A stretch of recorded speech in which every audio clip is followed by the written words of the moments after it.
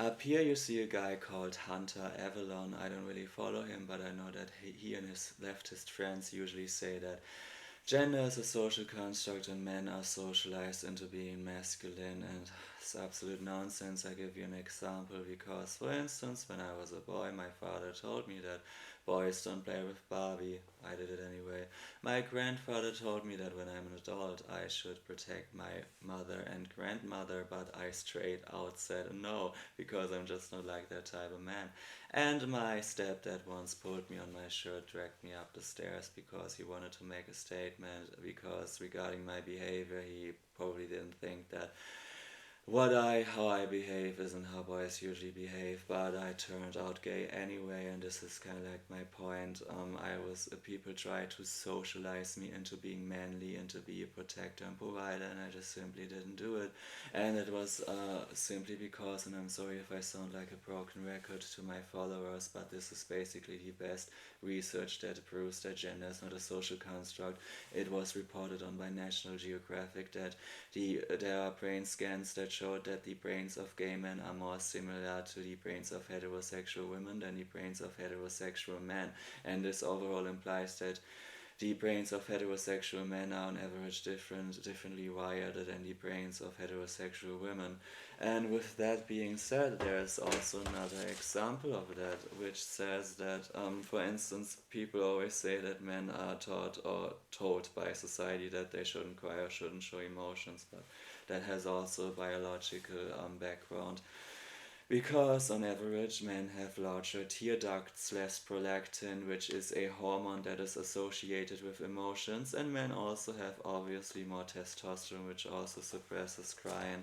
And with these examples, isn't it? I mean, this is common sense anyway, but shouldn't it be obvious now that it is hardwired in men that they want to be manly, want to be real men, and want to be protectors, providers.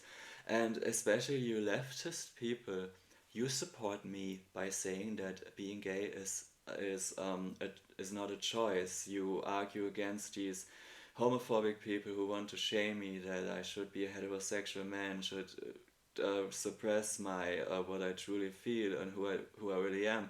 But then you turn around and you basically shame men for being men, and this is evidenced by this rhetoric of saying that masculinity is toxic, and what he says that men are socialized into being men, just denying at all that men are born that way. Do you notice the similarities? You say gay people are born gay. I agree with that, but how is it so hard to understand then that men are also born straight men? They are born manly. Their behavior is in them. It is like hardwired in their brains. And here's the thing: you feminists always say you are against social constructs, but especially if you still continue with your crap after hearing what I just told you, you are the biggest hypocrites ever because you walking around saying that men's masculinity is toxic, shaming men for being men, telling that everything that is male is inherently bad and men are all responsible for the problems in society.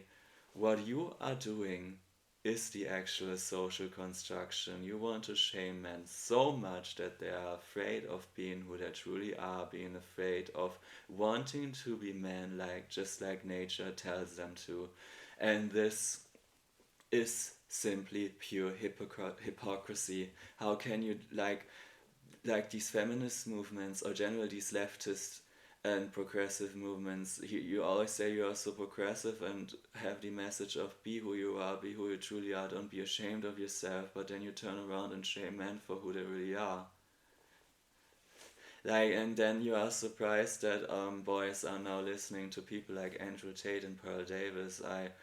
Honestly, I'm not surprised by that because they make sense. I'm not saying that everything they say is true because I haven't seen every single clip of them saying something, but they usually talk about biology and like things that make sense, natural behavior, why men are that way, and how they are like failed by the system that assumes that their behavior is socially constructed. You know, even I, who is like, I'm not really involved in LGBT stuff up because I'm gay. You would think that I'm not more interested in this feminist rhetoric that of being liberal and being free and who you really are, but even I'm getting sick and tired of it because of the hypocrisy. Even I find it more interesting now listening to someone like Pearl Davis because they speak sense. And if you continue with this crap, you're basically like, this is like the dark ages. You deny science, you deny biology. This is a special kind of stupid, which I will also talk about in a future video. And with that being said, can you just please, like, it is so simple. When you say being gay is not a choice, that also means being a straight man is not a choice.